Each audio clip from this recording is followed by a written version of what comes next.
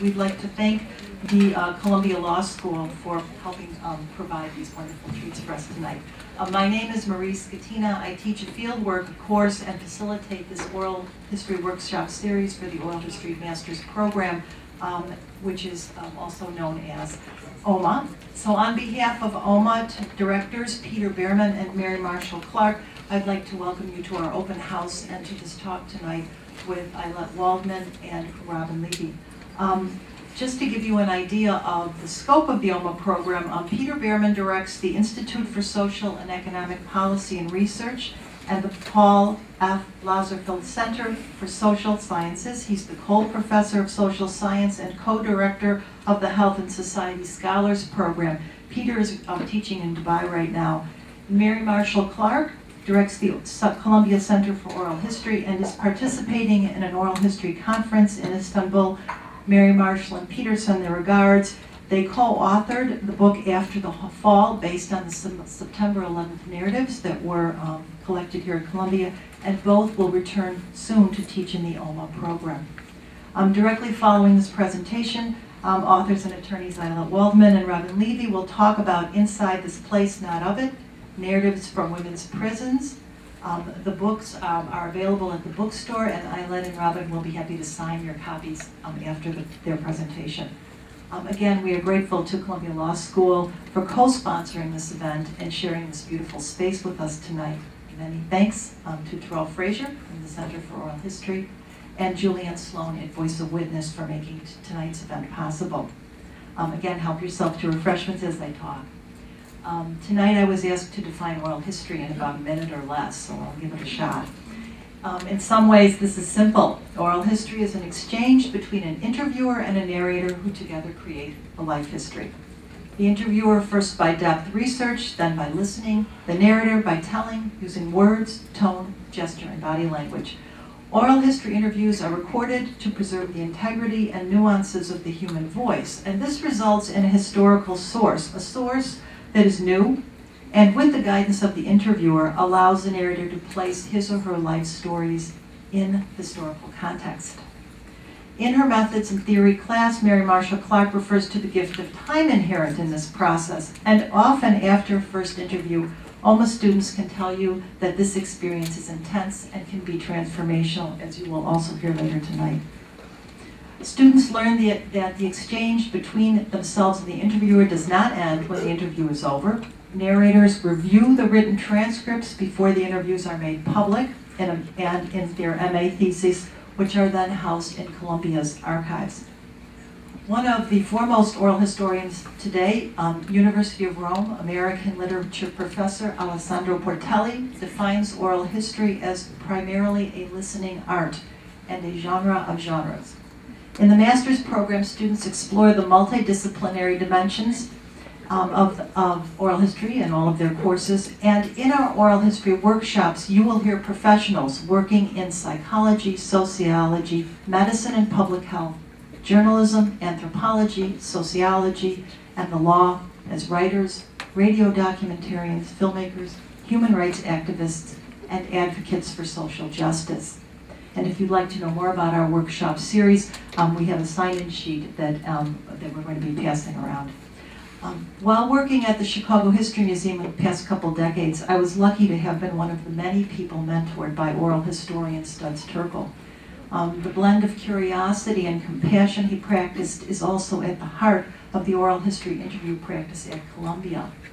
And inside their introduction to Inside This Place, Not of It, Ayelet and Robin quote Studs regarding the subjective nature of oral history and the truths that maybe only memory solicited this way can illuminate. Much of Studs and Alessandro Portelli's work discover and rediscover this, and a little known fact is both Studs and Alessandro Portelli attended law school. Right now, I would like to introduce some of the people deeply invested in the Oral History Master's Program who will each say a few words.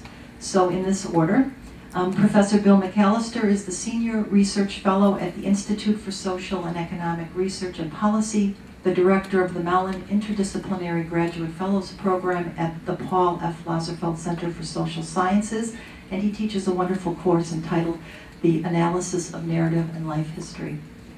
Then OHMA alumni Andy Dixon who is currently a Columbia Journalism PhD candidate, and Sarah Zizek, the project coordinator for the Carnegie Corporation Oral History Project at Columbia Center for Oral History and an independent historian, will talk about their experiences in the program.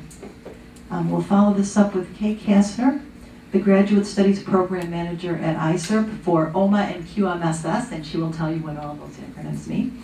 And Bethany Kell, the coordinator for OHMA and many ISERP programs, will wrap up the open house presentations with information on how to learn more. So we're going to start with Bill.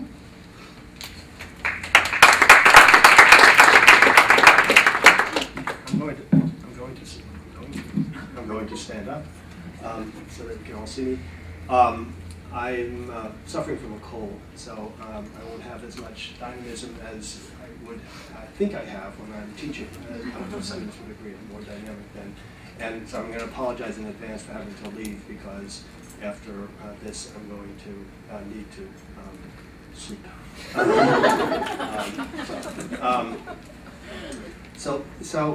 What I think I can contribute to this conversation tonight is to talk a little bit about my course, because it will give you an idea of the interdisciplinary nature of the program here and what that interdisciplinary nature can do for you intellectually. So the course I teach is about formal methods of social science analyses of narrative and life histories. And the idea of the course is to use some methods that are in the social sciences to see how you can kind of take oral history information, once you've collected it, once you've had the kind of experience that Marie just described, that Portelli talks about in the interaction with your interviewees. Then the question becomes, what do you do with the interviewer? And part of the idea of oral history, of kind of moving oral history forward, is not just to kind of have it be a repository of these interviews, but in fact to kind of do something with them analytically. And so one approach to that, or one way you can do that, is to use some of these methods from the social sciences, and that are more or less useful depending on what you want to do. I won't describe the methods. Take the course and you'll find out what the methods are. But the idea, but what that does, okay, so you learn these methods, but what it also does, so you learn some social science, if you will, along the way, and how it can be applied in the oral history context.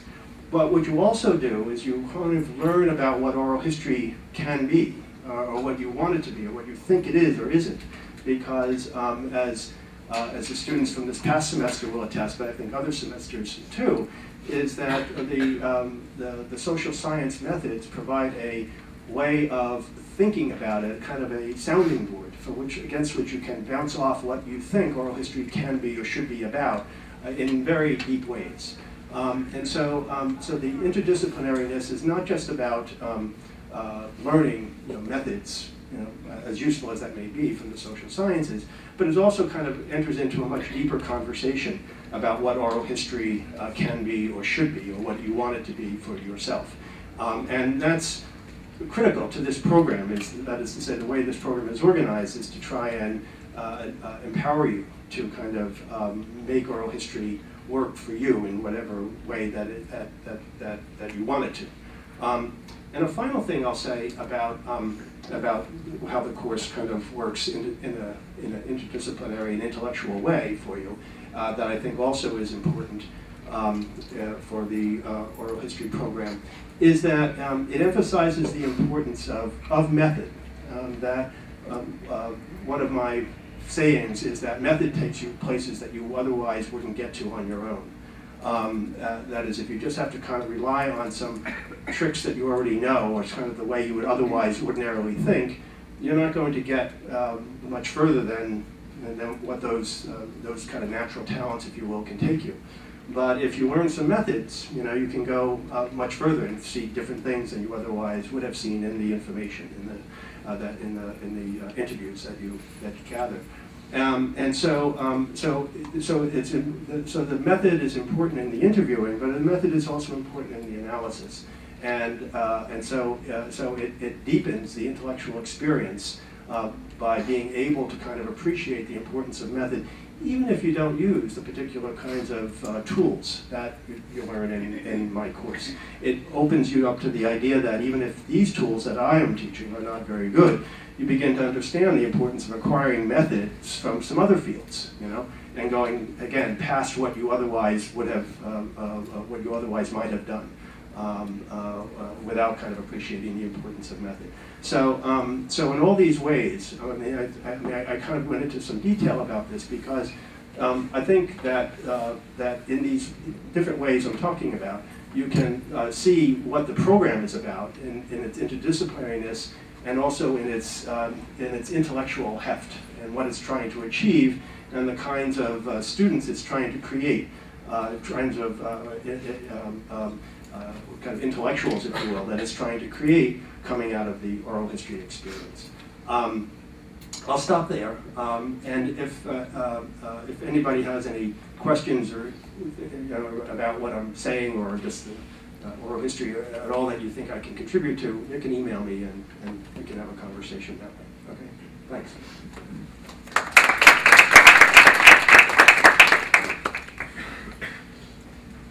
If you guys don't mind, I'm going to sit because I too have a cold. Professor McAllister, battling a little bit, but hi everybody. I'm Andy Dixon. I'm a current PhD student in communications at the Graduate School of Journalism. And right now I'm studying individuality in interview contexts across subgroups and groups. But long before I was doing my PhD, or not so long, depending on how you perceive time, I was a student here in the OHMA program, and I'm a 2010 graduate. And it's my pleasure to be here with you to sort of talk a bit about my experience in the program. So I'll tell you a bit about my background. I'm a native of Atlanta, Georgia. I'm a Southerner. And I think that actually does play into why this program was sort of perfect for me, because storytelling has been so much part of my life from a very, very early age. And it's kind of like a part of my family, a part of my childhood, I'd say. This idea of narrative remembrance and passing stories down from generation to generation is just very present with me. And so when I started college, I actually attended college early. I went to this sort of rural Virginia school. It was an all-girls school, and their storytelling was really important too. It was sort of like a little bit of gossipy, sort of passing stories about your experience down as well. And so I was sort of searching, I think, even during those early days, for sort of an intellectual home, and didn't really find it. After 2 years at that school, I transferred back home to Atlanta to Irma University, and finished a degree in international relations there.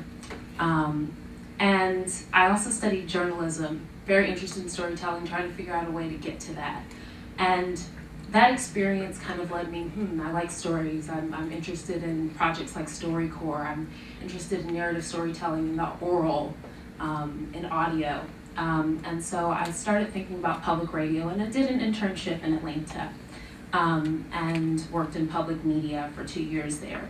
And that gave me the remarkable opportunity to come here to New York to do an internship at This American Life, which is a nationally syndicated public radio program. And having done that experience and seen what it's like firsthand to actually make narrative work in an audio format was really formative. But I think even more formative for me was the exposure to oral history that I got there, because I found very quickly that Studs Terkel and his legacy of oral history was so core and foundational to their practice of storytelling at that program.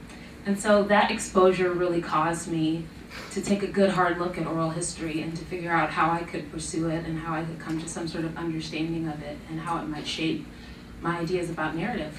And so I went to Google and I typed in oral history and, oral history graduate programs, and OHMA was the first thing that popped up.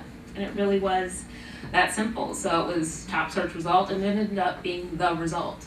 Coming to this program, it's been really phenomenal. And the most interesting thing about it, I can say, is that people really make the experience what they want it to be. I mean, I've seen students, you know, do all sorts of things with their final projects, which in many ways is sort of the core thing that sort of you lead up to. You're thinking about it from the time you come into the program, and your experience of classes, they're very much, that experience is very much tailored around what your project is going to be.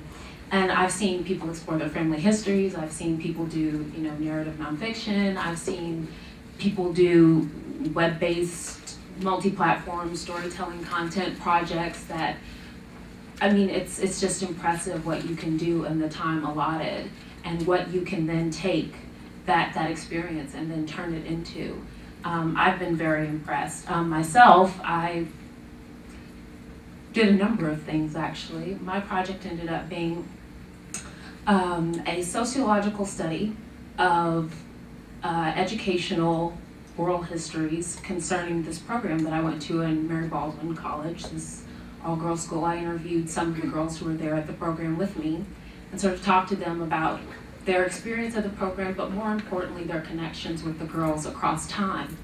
And I basically did a network analysis of that content and found interesting ways of representing them, and ultimately it ended up being a cognitive map. And then I wrote about the maps that I found and how these connections varied in thinness and thickness across time. And you could really see before the program, during the program, after the program, how these connections were really formed, made, extinguished, etc.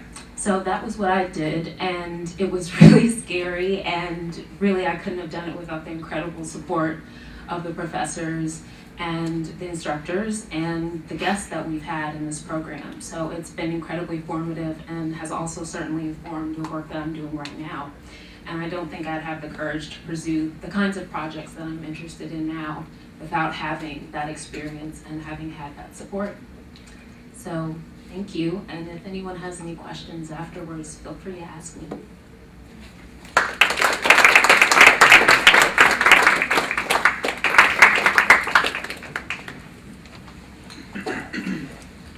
Hi everybody, I don't have a cold, but I do have a nasty case of postnasal drip, so hopefully you don't catch that.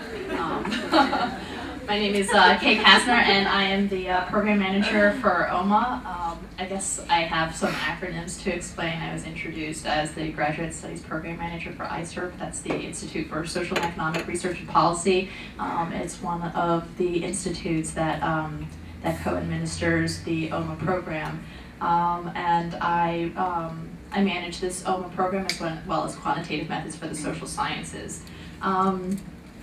You know, hearing all these stories, I hope you all are as excited as I am about the OHMA program, and hopefully it's something that's applicable to, you know, your academic and professional interests. Everybody's given a little introduction of themselves. I guess I'll give an introduction of myself and how I came to be involved in oral history. My background is actually in humanitarian work. I guess that sort of helps to show well, humanitarian works and human rights, to show the breadth of application that oral history has. I started my work off working with orphans in China born with congenital medical defect. The extent of my interviewing there went as far as I worked with the Chinese government in order to provide care for these orphans, and actually in, you know, in a system like that where sometimes it's not always clear how it is you need to go and get things done. I found it was actually very helpful to just sit down and, you know, have interviews with people to, you know, get an idea of what relationships are in terms of being able to suss out the truth. This actually ended up forming a lot of the methods for the way I dealt in other humanitarian work as well as human rights. Probably the most pronounced experience I've had with interviewing was my work with UNICEF in Malawi, where basically I worked as part of the UNICEF team to help to improve the continuum of care to AIDS-affected women and children. And you know, in an environment like that, it's really important to understand, you know, how information is presented to you and how it actually is on the ground. And I think that's really one of the strengths in having these methodological techniques to interviewing is to be able to have a way to find the truth, to triangulate the truth, from all different accounts and all different testimonies. So one of the things that we would do is we would go and do interviews, extended interviews with everybody that is involved in the healthcare process, from the healthcare workers, to the government officials who administered, and to the patients as well, to see what their experience was like. And that helped us to form a more accurate picture of where the bottlenecks to service distribution were. I mean, it sounds kind of dry, but I mean, the implications are pretty exciting. So, that is a strength that I find in having this kind of program. It's the only master's degree program in the country that offers this kind of uniform training in the research methodologies in oral history to, help to shape the oral historians moving out into the world in the future. I'm pretty excited about having this program and expanding this program and being able to place oral historians in all different fields across a lot of different disciplines, and I hope you're excited about it as well. I guess as in my role as an administrator of this program, just to give you a little overview, we passed around some of these pamphlets. It gives you a brief description of our program and the process for applying, if that's something that you're excited about doing. The applications are accepted online through the Graduate School of Arts and Sciences here at Columbia, and more details about the application process and about our programs are available at our website, and the address is here in this brochure, as well as our contact information, which is on the back. We'd be happy to have a conversation with you. You could schedule a time to come in, as well as if you're interested in sitting in on a class, we can arrange that as well. We are a young program. We've been running for several years, and every year we've been expanding a little bit more, increasing our cohorts, and increasing our course offerings. Every year we're always really excited and really surprised at all the different backgrounds of the students that come in and all the things that they're capable of, what they do when they go out. We have obviously many students who go on to do oral history work. They work as coordinators and researchers on oral history projects. A number of students go on to law school, PhD programs. One of our students is a Fulbright scholar studying taiko drummers in Japanese communities in Brazil. I mean, the variety is really astounding, and our graduates really go on to do some really great things. We welcome any communication that you might want to have with us, and look forward to reading our applications in the future. And without further ado, I think Marie is going to introduce our speakers for the evening. I hope you have a great time.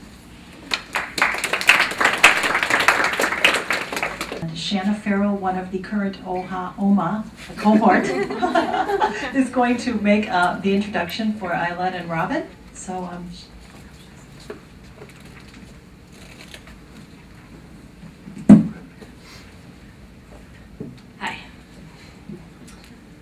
Ayelet Waldman and Robin Levi are the co-editors of the recently released Inside This Place, Not of It, Narratives from Women's Prisons, which is part of the McSweeney's Voices of Witness series.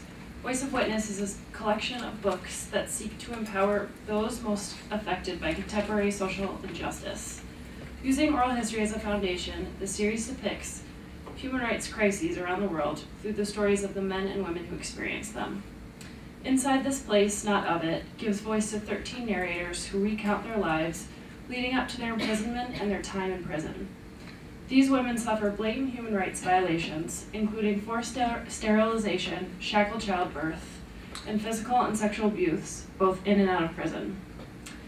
Ayelet Waldman is the author of New York Times bestseller, Bad Mother, a chronicle of maternal crimes, minor calamities, and occasional moments of grace, Red Hook Road, and Love and Other Impossible Pursuits. Her personal essays have been published in a wide variety of newspapers and magazines, including the New York Times, Vogue, the Washington Post, and the Wall Street Journal. Her radio commentaries have appeared on All Things Considered and the California Report. Robin Levi is the Human Rights Director at Justice Now, which partners with people inside women's prisons to build a safe, compassionate world without prisons. A 1993 graduate of Stanford Law, Robin has written and spoken extensively on women human rights here and abroad.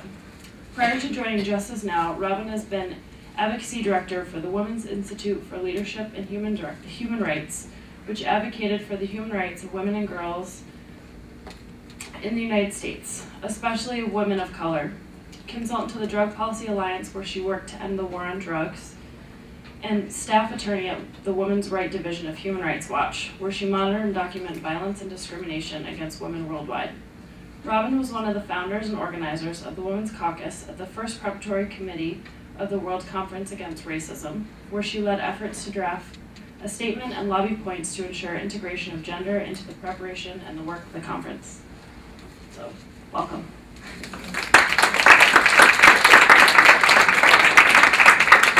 We're walking into Contagion. It's just like Gwyneth Paltrow is going to keel over and die any moment in this room.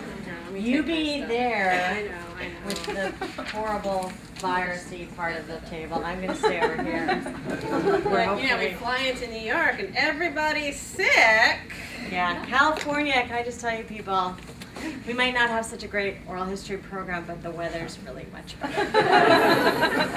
Well, the weather is spectacular right now, I have to say. I mean, I grew up in New York, so I was kind of like, and I realized I hadn't checked the weather for a long time. And I grew up in New York, and I was like, wait a minute, it's February. I'm flying to New York in February? What's it like? And Mom's like, it's actually warm, honey, okay? All right. So, sorry, we're like a bad vaudeville act. You're the good We're vaudeville going to act. start, this is how we're going to begin. We're going to begin with a little bit of one of the essays, mostly because, as Robin has said before, it's incredibly important to us as editors of this piece that the real voices, the voices of the actual authors, the voices of the people who make up the heart of this book are in the room with the rest of us. Exactly, and so that'll sort of stay with us throughout this conversation. I'm going to read from Sarah Chase's narrative that was selected by a few of the oral history master's students as one narrative that particularly struck them. And I'll read a little bit from the intro, and then, although these narratives do cover the entire lives of the people we spoke to, from their lives before prison and after prison, the excerpt I'm going to read is about the abuse that she experienced while inside. But here's a little bit from the intro. Sarah Chase sits in a prison several states away from her family, friends, and everything she has known. She keeps busy with books, crafts, and writing, but she is lonely. And she was sent there because of her relationship with a guard. She describes in this narrative her experiences of childhood neglect and brutal rape, and how in 2007 she was sentenced to 20 years to life for the murder of her stepmother. In one letter, Sarah included a picture of herself. It showed a petite young woman with large eyes and very long blonde hair, wearing prison sweats and smiling cautiously at the camera. So let's hear a little bit from Sarah. There were officers who I was close to. One touched me and let me touch him down there. He led me to believe he loved me and would help me get out if we were together. I was hoping that, by doing things he asked me to, he would get me out. Another officer would hold me, feel my body, but nothing really bad. Eventually, I told the prison about them. As far as I know, nothing happened to them. Then, I got close to a 45-year-old officer. At the time, I thought he was the only person who cared about me. I did anything for him, as I didn't want to lose him. I lived in a cell, alone, and whenever he came around, I would take my clothes off, and he'd watch me get into different positions and do things he asked. Once in a while, he'd open the door and kiss me and touch my naked body. Once he even came in during count and kissed me all over my body and put his mouth between my thighs and performed oral sex on me. I wanted it, though. He didn't force me. He set up a P.O. box on the outside, and we wrote letters to each other using that box. I had no one, and he acted like my knight. But as the relationship continued, I began to realize that he was taking advantage of my situation. I realized that, in the real world, I probably wouldn't have looked twice at him, and if a man his age pursued me, I would probably have been afraid and got help. It was true, even if I hadn't been willing to admit it. So I tried distancing myself. When that happened, he got scary. The last night I saw him, I tried breaking things off, and he tripped out on me. I was outside my cell, alone with him, in the dark where no one could see us.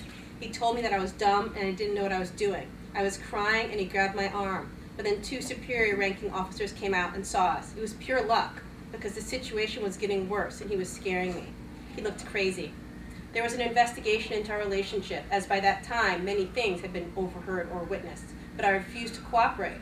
I thought that if I told the truth, nothing would happen to me, but I knew he would lose his job, so I denied everything to protect him. But somehow his wife found our letters. When she turned in my letters to him, he was fired and I was given 2 years in the hole for not talking to begin with. Mind you, officers are walked off all the time for having sex with the girls, and no other inmate ever did whole time for having sex with a guard. I was being punished for protecting him, not for what we'd done. Life got a lot worse after everyone found out I'd had a relationship with an officer and he'd gotten fired because of it. Everyone quit talking to me. The officers would totally ignore me if I needed something. They started tearing up my cell every time they had random cell searches, leaving everything trashed so bad I'd have to spend hours trying to clean up and salvage what photos, letters, and other paperwork they hadn't destroyed. The officers started to taunt me so bad that the other girls in the hole began to scream and yell at them, telling them to leave me alone. Their solution was to move me to the death row cells, where no one could see or hear what they did to me. The morning after I was moved to death row, I woke up with hundreds of thousands of little bugs crawling all over me, the blankets and the bed. They were coming from cracks in the walls, and they were all over the floor, everything. Needless to say, the officers refused to move me to another cell. When I tried to ask for something I needed, they would close the door between me and them. Even when they came around to pass out food trays through the slots in the door, they would often ignore me completely. The officers are supposed to be here to protect us, not to take advantage of us. I was being punished for being a teenage girl when those grown men were trying to get with me. It was unfair. I messed up. But did I really deserve 2 years in the hole? Did I deserve to live in fear? And I'm just going to read 2 more paragraphs.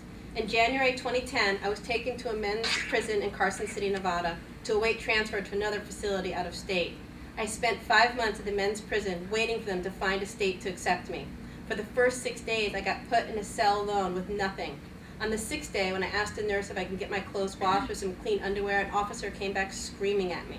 He told me to leave the effing nurses alone, and he wasn't going to put up with my high-maintenance bullshit.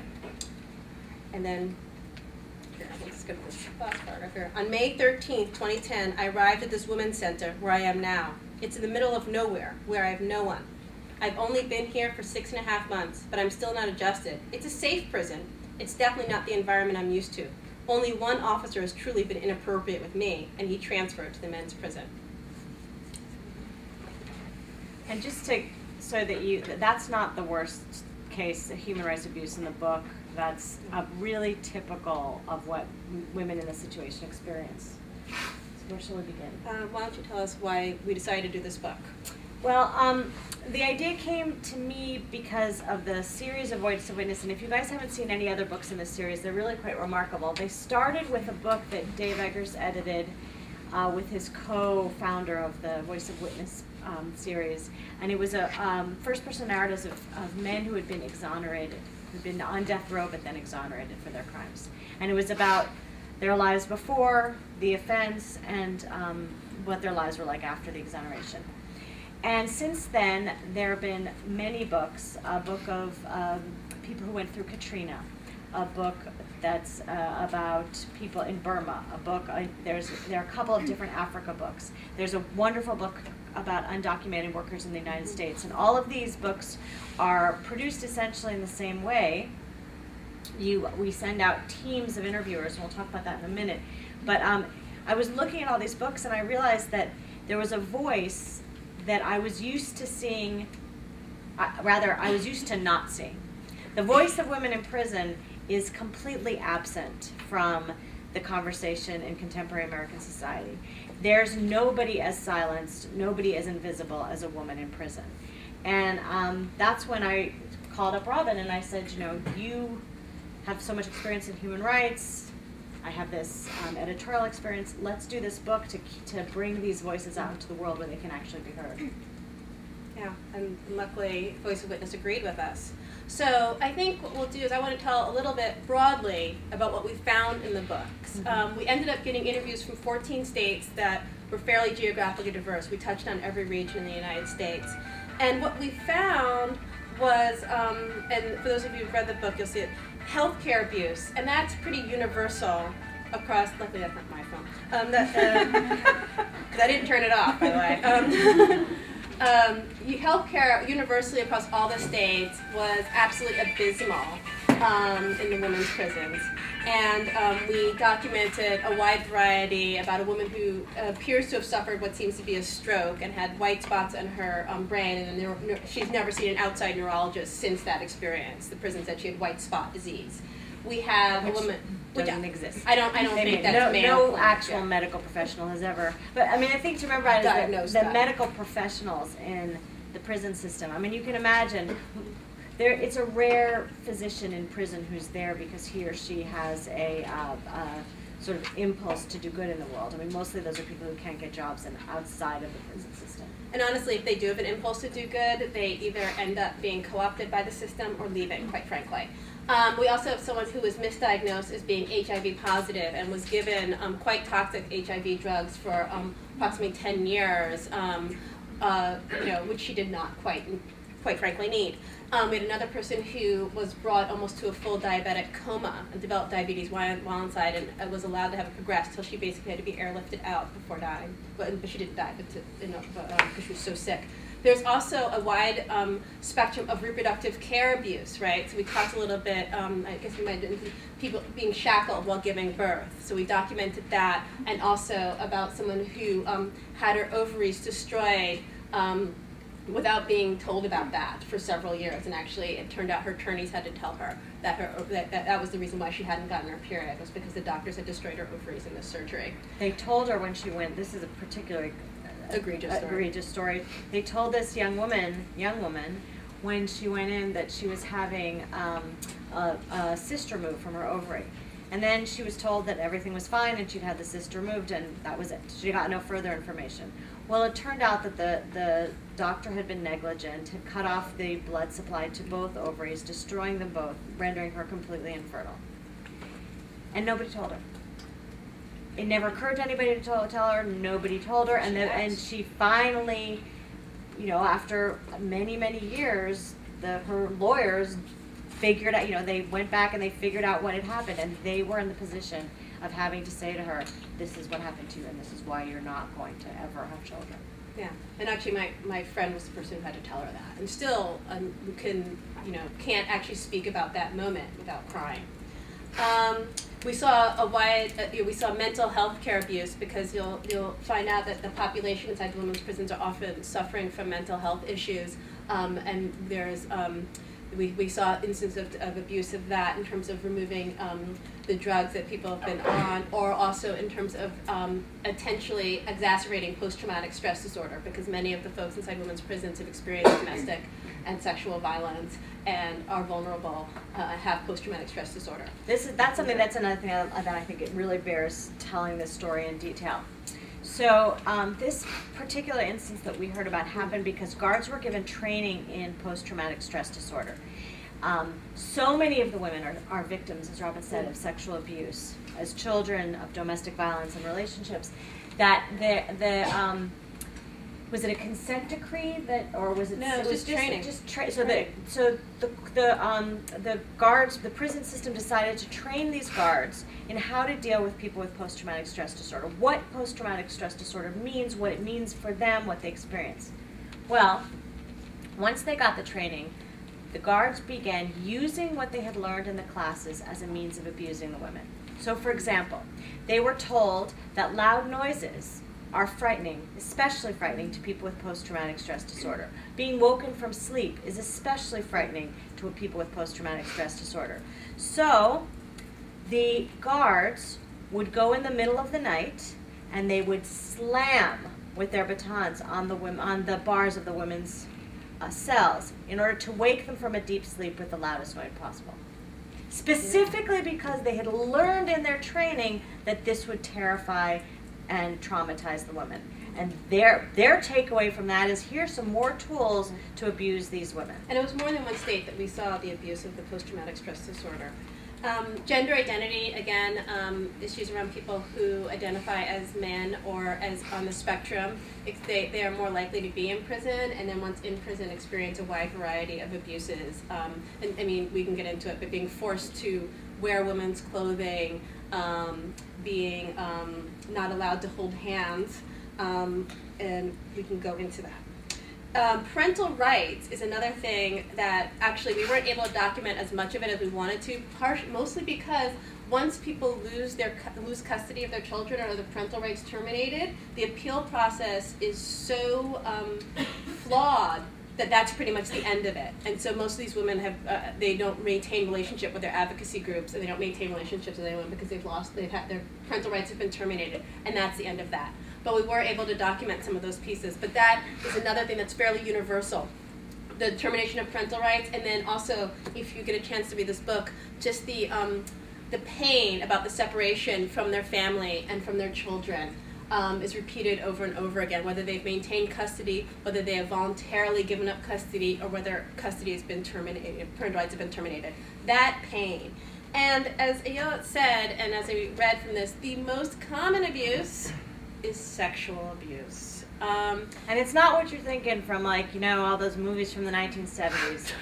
Women in women's prisons, prisoners do not, by and large, abuse each other. We didn't find a single instance, and that is true to what the statistics show. The sexual abuse does not occur at the hands of fellow prisoners. That's not true in men's prisons. In men's prison it frequently does, but in women's prisons it does not. The sexual abuse occurs at the hands of the guards. Yeah, and it falls from a wide spectrum of what you'll see as something, you know, an attack, forced rape, to relationships for exchange for favors, for bubble gum, for shampoo, for food, for visitation, or preying on the vulnerabilities of young women like Sarah Chase, who was 16, you know, when she started getting into the system, and is 17 by the time she's in prison. And so it's easy for a guard who is older and has significant power to prey on those vulnerabilities and obviously the loneliness of a young person in that situation and use that to their advantage. So you see that wide spectrum. You'll also see, and we discuss, abusive strip searches and abusive pat searches. And for some of these people, again, we're talking about a population that's experienced a lot of child sexual abuse and domestic violence. To have an abusive strip search where it's done in a way that they say, in many cases, makes it feel like rape. They've been raped again. So 2/3 of the women in prison in America have histories of child sexual abuse. At least 2/3. That's sort of the official statistic, and that tracks what we found in ours. Yeah. And the kinds of searches that you have, I mean, you have, for example, they have these very, you know, they were described very graphically to us, these labia searches, essentially, where the women were forced to open themselves completely up to the view of the guards. And that kind of thing is, you know, that it's always expressed as if what they're looking for is contraband, but really it's just a way of asserting control, asserting domination, further abusing the women who come into the system damaged. Yeah, and that was an interesting situation because many of the women complained obviously about the labia search because it was offensive. And I mean, really, what are you looking for?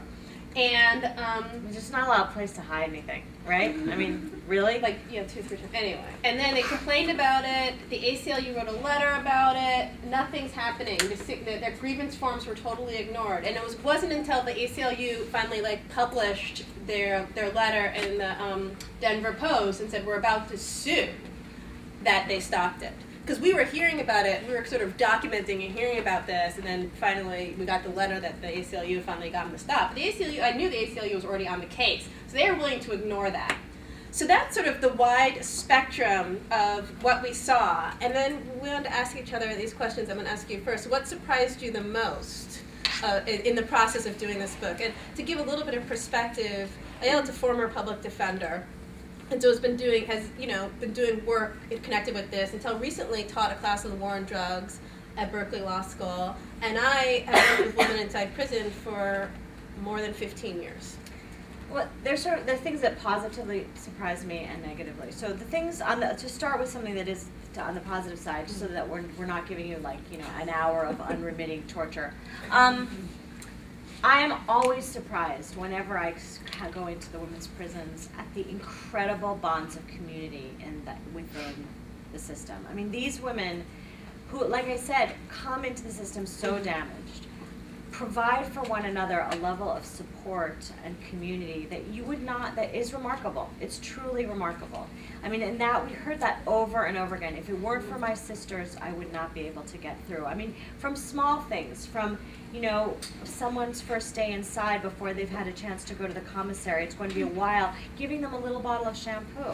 I mean, just that small consideration, to huge things like this group of women who were all being brutally, horribly raped in this one prison system. We can't say the state, though low, I wish we could. They banded together to proceed with a class action, and the guards began this regime of retaliation, horrific retaliation, and those women stuck together, and it was only because they had each other to rely on that they managed to maintain their strength through the length of this trial, and finally there was dramatic results. I mean, they completely changed the sort of gestalt of that prison. I mean, it's not a prison where people get raped, and not a prison system where people get raped as much as they do in others anymore. So that, I think, are the positive. I was devastated by the ubiquity of the history of child sexual assault and abuse, and just the you know, the depth of it, the, you know, the kind of the trauma that these women had experienced. I mean, I knew it. You know, you read in a newspaper 2/3 of women, and this is, I think, really speaks to what oral history is.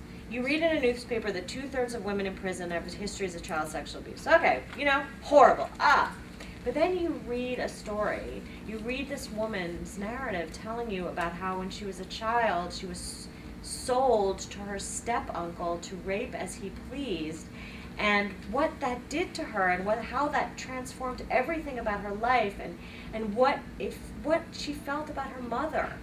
It breaks your heart. I mean, over and over again, I found myself I used to call Robin and say, you know what, I think I have PTSD just from editing these narratives. I can't, you know. So those were the two ends. What about you? Well, you know, I'm gonna start in that negative space too. Start in the negative space. I spoke to a bunch of master's students beforehand, and that was one of the things that I brought up, was the childhood sexual abuse, and that I cite those statistics, and then I really felt it then. So that did really speak to the power of oral history.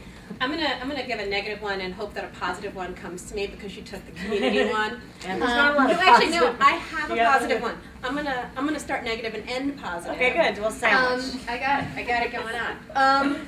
What surprised me, and I know this is going to make me sound like ridiculously naive, was how hard it was to do this. Oh, that's true. I mean, unbelievable. I'm sitting here and I'm like, I've been doing this for a while. I got good connections to the California prison system. I know the advocates, not a big world, right? The world of people who work in women's prisons. I know everybody in the country. We're just going to be like, that's what Robin said. She's like, no problem. We'll be inside the prisons in like 3 weeks. We'll have 100 interviews. It'll be great. Holy cow. It was, it's really, really hard to get into prisons. And I'm saying, like, I feel like, totally naive. But, because we can get into the prisons as attorneys, and, we're doing these pieces, and there's legal work connected with all of this. And although we had to bring in incredibly antiquated recording systems, so this is, they would have these rules. This is my favorite thing. They have these rules about what recorders, most of them don't even let recorders in. So that you've got someone trying to do a 4-hour interview, and these are transcribed word for word by hand, our poor interviewers.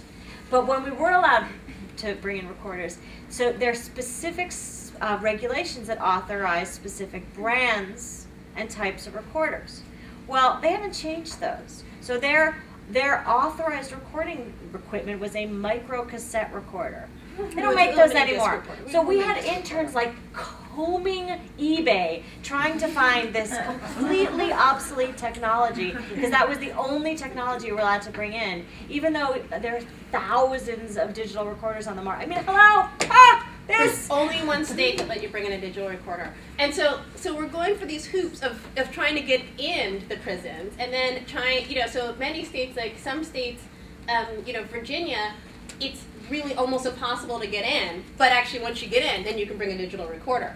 But, even if you're an attorney, it's like you have to go through 8 million steps of hoops. In other states, if you're an attorney, you can get in, but you have to be like, bar admitted to that state. In several states, like as Ayelet said, you can't bring any sort of recording equipment in. And so it was just all of these hurdles were just very difficult. And we lost, I think, several really strong narrators weren't able to participate because of the difficulty of it. I mean, one state, they tried to go in, and you can only write it down, right? And they're trying to do it. And that's actually a very difficult skill to do, to take notes verbatim. Yeah, people go to court recording schools to do that, and they do it with a machine. And so that just wasn't able to happen. And so that was, so that was shocking to me. And I say that, as having done this, just the levels to which the prisons would go to prevent the folks inside from having their voices heard, right? So you can't do that. The letter writing was absurd. We sent in, because at some point we're like, crap. Right? We're not going to be able to get into all these prisons because, we can't find someone with the Virginia bar thing and the this and the that and the this to get into there. And even if we do get in, in this other state, we can't even take any notes. So we limited the states that we're working on, and then and then you can't do the phone calls. Phone calling, not an option.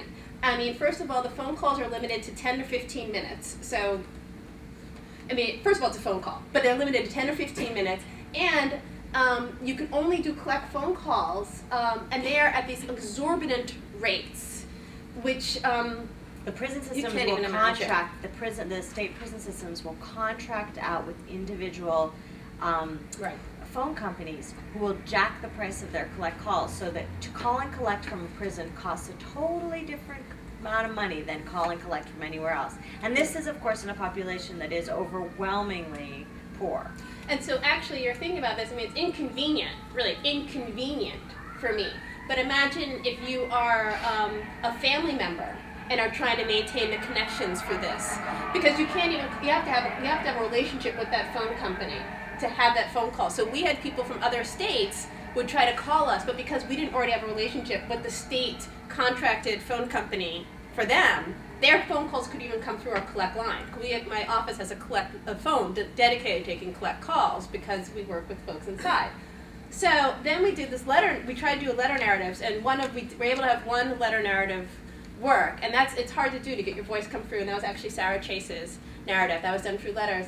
But one of the places we sent our questions to, and some loose leaf paper, right, so they could write their answers back.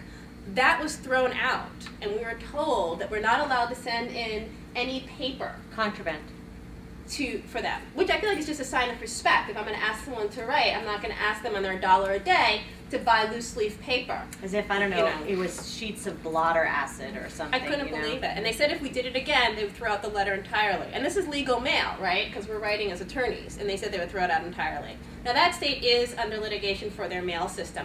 But that was sort of shocking to me. What was surprising to me, but in a good way, it's not entirely surprising to me, but really, even though we were asking these folks to talk to us for 4 to 6 hours minimum about horrendous stuff and share their life stories, the women and the men who wanted to participate, they were unfailingly generous of their time and of their lives and of their selves. They all wanted to participate. They tried really hard. They put up with us coming back in and asking them questions.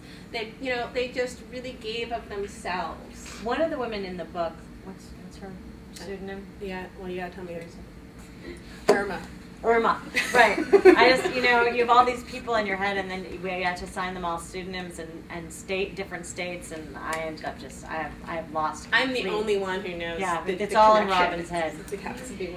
So this one narrative, Irma, actually was on the board of Robin's Human Rights Organization, and she trained our interviewers. She on the phone when she was inside, right? Well, she was in a halfway house. She was at halfway house, and then she actually came in person. And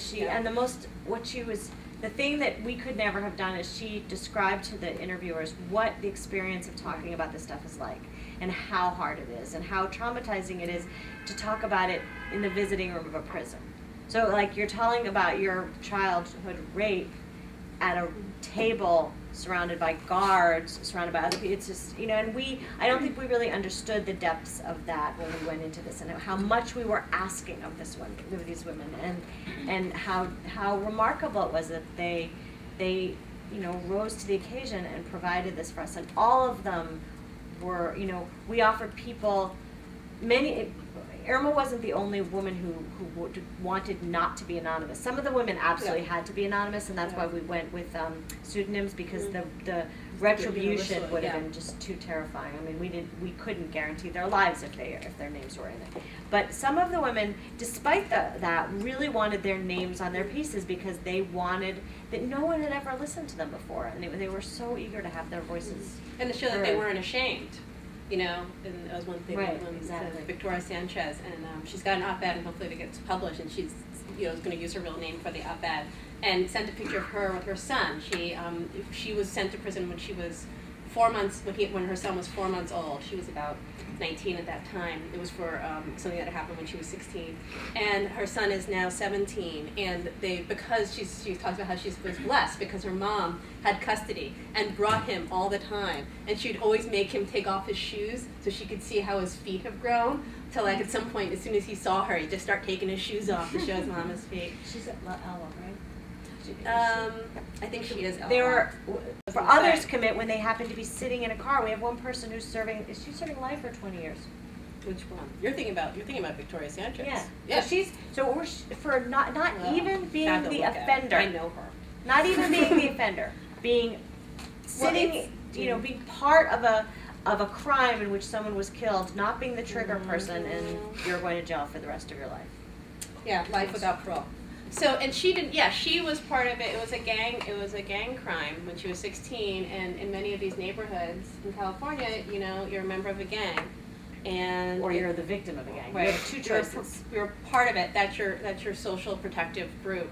And it was her boyfriend at the time who committed the offense, and she's got life without parole. So, yeah, I mean, I think one of the things we talked about in the introduction is actually the narratives in here are skewed to people who have long sentences. Much more so than you'd see. Who are sentenced for violent crimes. It's unusual that, like, if you looked at this, you wouldn't say this is a representative sample of women in prison. Right. Women in prison, it's about 70% are there for nonviolent, usually drug-related, but nonviolent offenses. But because, in order to, as we said, talk to us for 4 to 6 hours about, at least 4 to 6 hours, about these places, you have to be in a stronger space. You have to have motivations. These are folks who have come out of the other side of being in prison and are feeling stronger and are able to share and are also motivated to try and make a long-term difference, and in many cases are connected with a social justice organization. So those are almost they've been inside long enough. Yeah. Because most of the other women are in and out very quickly within 12 to 24 months. That said, it's surprising. I mean, we didn't choose people based on what they'd done to get inside. Number of people who are there for life to blah blah blah who didn't actually kill anyone. Yeah. Right. So they're there on a murder conviction, but I was there at the wrong time. I wished him dead.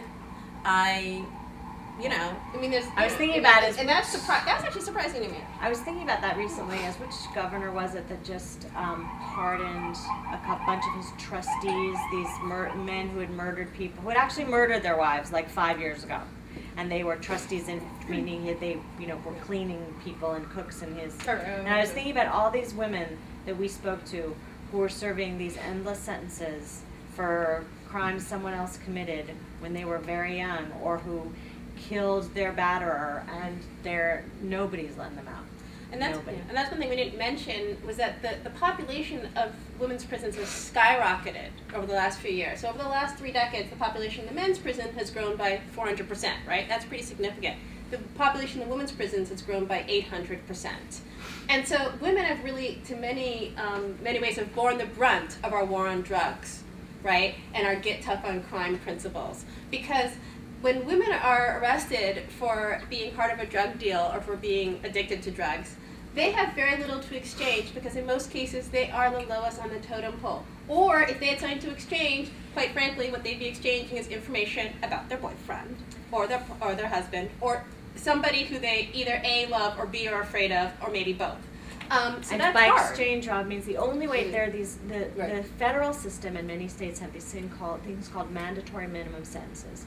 They're sentences that dictate a certain term of incarceration, 10 years, 20 years, 30 years, based on the quantity of drugs at issue in the drug transaction or in the entire drug conspiracy. So everybody involved in that drug conspiracy, from the lowest person who took a phone message to the kingpin, is looking at the same sentence based on the weight of the drugs involved. And the only, sometimes there are enhancements if there was a gun, sometimes there's a kingpin enhancement, but the only way out of that system of mandatory minimum sentencing is if you exchange information that results in Plea bargain. it's information that helps the prosecution sufficiently to get them to ask for the judge to cut you a better deal. There's no other way out of it. So if you're the person who took the phone call, or you're the girlfriend of the only thing you know is your boyfriend. The only thing you know is that one person who took the message. So the lowest people, and this is true across the board with men and women, but it's particularly dramatic with women, the very people who are least involved in the transaction are the only people who end up serving those protracted sentences. And the kingpin turns into the police everybody underneath him in the food chain, in that pyramid, he's on top. He turns in the rest of the pyramid, he goes free, and all of his underlings serve 30 years. It's truly a remarkably unjust, if you could not sit down and draft a more unjust system than the one we have now. And this is why we see all of these, the women's prisons exploding with this population of women who in previous decades, they would never have gone to jail because any judge would have taken one look at their role in the offense and the fact that 80% of them are primary caretakers of small children, and they would have said probation, community service, anything, and now it's 10 years. And that's true for the murder charges too, because they're getting the same charge that they've actually done the murder, even though maybe what they did was they were in the car. Or it could be a situation, and we don't have this case here, but this is someone I know from California, where, you know, you drove the car to a drug deal, right? I mean, so that's not great, but that's what you did. Drug deal goes bad, somebody's killed, you're now on the line for a murder charge. And felony murder can be a capital offense. Yeah, and so, you know, she's in prison for the rest of her life. So I see a lot of that. I think it's time for us to turn over to questions. And it actually is. So I hope you guys have, feel free to Questions. questions, comments, criticisms, if my mother sent you. Yes. Hi, I'm Katie. I'm a public health student uptown in sexuality and health. And I guess my question is sort of about the connection between qualitative research, like what you guys have done, and policy change. I think it's like there's this kind of tug of war between sort of quantitative methods and very grounded, like actual experiences of people. And I think the more qualitative stuff has gained a little bit more credibility. And I think also with some of these really hot button type issues where people have strong moral judgments, no matter how much quantitative numbers you throw at them, they still have an opinion. And so it's sort of a two-part question. Like, number one, how do you see this work translating into actual policy change, if there's some sort of route that can happen? And then number two, like, I mean, for people like us in public health, there's some obvious sort of solutions like decriminalize drug use and sex work and that kind of thing. But what are some other policy recommendations that you can make based on these findings? Well, I mean, you know, there's the fantasy. The fantasy is that the work gets into the hands of the people who make the decisions, and they are so moved by what they read that they do the right thing. The reality is, on this issue, there isn't a single person with a mind, I will say, who looks carefully and does careful analysis of the both qualitative and quantitative research, the myriad amount that has been done on drug use, drug abuse, incarceration, interdiction, who concludes, this is a great system, this is the one we should be doing with. Good. This is exactly what's going to serve the purposes of our community. Everybody concludes, who comes at it with even a marginally open mind, that this system is deeply, deeply, deeply screwed, and that we need to do something totally different. But nobody ever does, and we can go into lots of reasons why. But I think that we have actually we're actually in California, and I think in other states around the country, and I'll turn this over to you in a second, we are on the cusp of perhaps seeing a slight lessening of this retributive, aggressively moralistic approach to the penal system. Why? Money. So all the qualitative, all the quantitative research, all these billions of dollars being, none of it means anything. The only thing that's resulting in any change is that we are facing an economic crisis of varying devastation depending on your economic point of view. And suddenly, it has occurred to people in positions of authority who have budgets to deal with that maybe spending all of our money to incarcerate nonviolent offenders is not the wisest use of funds when we'd have no educational system and on and on and on. So in California, which has been held hostage to an incredibly aggressive prison guards union. Now, what does the prison guards union want? The prison guards union wants more prisons, more union members, more money, more jobs.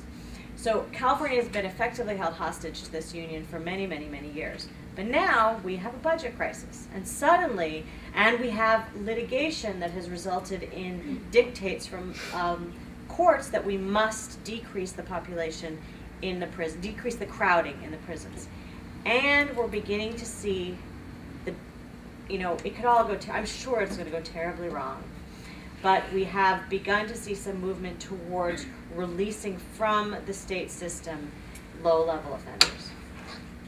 Yeah, I think we're absolutely beginning to see some change. I can give some substantive ways in which we're hoping that this book is making a difference in terms of, policy changes. So one of the first stories, and I think that it's true that we see these numbers, and it's hard for people to really understand the numbers. Just as we're saying, it's hard for us to understand 2/3 of people inside of childhood sexual abuse. But one of the things that's it's a hot button issue is the shackling of women while giving birth. And have any of you given birth? Especially it's hard enough to, if you've ever given birth, the idea of having to do so while you're shackled, sometimes while your ankles are shackled together, is really horrifying. So actually, one of our first narrative in here is the story of a woman who was shackled while giving birth, while having a C-section, mind you. Yes. So the entire lower part of her body is paralyzed. And I think that, and that's down in Georgia, and they're using this narrative as, and she's drafted an op-ed, and they're doing a lot of activism. They've just submitted their legislation to ban shackling in Georgia, and they're using the work that we've put in on this narrative to give that to the legislators. So they have this sort of piece, and it's quite a compelling story. We didn't even know the full backstory. Again, actually for all these people in here, we didn't know which ones had experienced childhood sexual abuse. It just turned out that the vast majority of them had, because that's the reality. So we didn't know her whole backstory. We just knew she'd been shackled while giving birth. She's actually a refugee from Katrina. So her and her husband came here. They're living in a FEMA trailer in Atlanta. Their husband's been laid off. She's working 2 jobs. She embezzles about $1,500 from one of her 2 jobs combined. So she made a mistake because she was back on the bills. They had faced a financial crisis, enormous. And they had 2 kids, and she couldn't, pay for diapers or anything. And so she got tossed in jail for about 9 months, and she was due to give birth over Memorial Day weekend. So people have things to do. So she was induced over, so that, because of her due date. The doctor didn't want to work over the weekend. Often when you induce, you don't actually go into labor. Because you're forcing your body. So her body didn't go into labor, in which case she had she was forced to have a C-section, and then was shackled during that C-section. So this story is a very compelling story, and I think legislators can hear that. She's another person who is going to, in February, I guess it is now February, but as end of February, February 20th, February 21st, to go out there and use her name, have her children, have people see who she is and her family and her husband, and tell her story in the hopes that will really, change this and change this law. And if Georgia passes an anti-shackling statute, we're totally taking credit for it. Absolutely. And we're just going to figure that out, because there's so little hope. there's so little positive that will be such a profound victory in the annals of prison rights work that we're gonna ride on that for the rest of our lives. That's all and there's other sort of similar, kind of stories that we're hoping to use for that. And at some point, I really do feel like we are going to. I mean, I realize honestly, how stupid the system I is. do feel like at some point there will be a time when people look back on this period in American history where, for example, the society at large considered it a reasonable punishment for committing a crime that you would be raped. I mean, that's what we're saying nowadays. We seem as a society not to be overly troubled by the idea that part of your sentence when you are convicted for a crime includes that you will be raped. And I do have some modicum of faith that at some point people will look back on this and say, basically, are you fucking kidding me? Did they really do? It's going to be like, those crucifixion. It will look the same. It will look as abusive and horrible. And and I think this is an opportunity. I mean, as Ayelet said, that this, who wants to see like an economic crisis an opportunity? But it is a moment to sort of talk about some of those the easy things. Seriously, should we really be tossing people in jail for being addicted to drugs? So not putting people in jail for these low-level drug crimes. I think that's, hopefully that'll be an easy fix. Things like the 3 strikes, that's actually going in California and a few other states. If you've had 2, what the state is defined as violent felonies, but it's not always what you and I would think of as a violent felony. Your 3rd offense, whether it's petty theft or not. Including in one famous instance, stealing a slice of pizza. Yeah, we have, that results in permanent incarceration. One of our narrators was like a step above the piece of pizza. I mean, really, she didn't make it into the book, but another person, it's very, very, very, very small crime. It's like life imprisonment. And so some of those pieces, I'm hoping that we'll be able to get rid of some of those. Now, that said, I mean, having done this book and working with the population, the deeper pieces are actually going to take, the real change is going to take some money and real effort, because what we're dealing with is a lot of people who are in prison for untreated drug addiction, untreated mental illness, and untreated, PTSD, right? And so we have to put money or resources into really providing therapy for people who've experienced this and providing change in community so it doesn't happen. Now, quite frankly, over the long run, that's cheaper than our current prison system. But we have to make that leap of faith to make that change, because right now we have people who are self-medicating with heroin because they experienced childhood sexual abuse, and that leads them to either be tossed into prison because they have a drug addiction or because they've been part of this piece, or leads them to make some very questionable choices as to who they're going to spend time with, and things they're going to do. And they end up in another abusive relationship, and then there you go. Let's take one more question, and then there are books that have been very wonderfully brought up from the bookstores that if anybody wants to buy a copy, and Rob and I will be happy to sign them. But let's take this one final question. Hi. I'm Joe. I'm a consultant for the National Clearinghouse for Defense of Battered Women, organization you might be familiar with. So I'm also a graduate student in neuroscience uptown. And my question for you is, what can we, the neuroscientists, do for this population? What are the kind of, because you mentioned cognitive maps, so I'm assuming you're interested in some neuroscience. And I know that there are implications for neuroscience. Of course, there are the obvious ones of drug addiction and youth brain development. Things like that have been explored in Supreme Court cases like Roper. Right. I think we're on, I mean, you probably know as much or more about this than I do, but I was just recently at a conference where I spoke with David Eagleman, who heads the Neuroscience and Law Center at the University, at Baylor in Texas. And he's doing some really interesting writing about the intersection of neuroscience and crime. And it's sort of off topic, but I find it incredibly fascinating. And an amazing case that he talked about of a man who, out of the blue, in his 40s, suddenly became sexually attracted to children, became a pedophile. On the internet, no history of this at all. On the internet, even abused his, I believe, I was either girlfriend, son, or stepson. Prosecuted. On the eve of his sentence, he goes into the hospital, his sentencing, and they find out that he has a massive brain tumor. The brain tumor is excised, and no more pedophilic urges. Gone.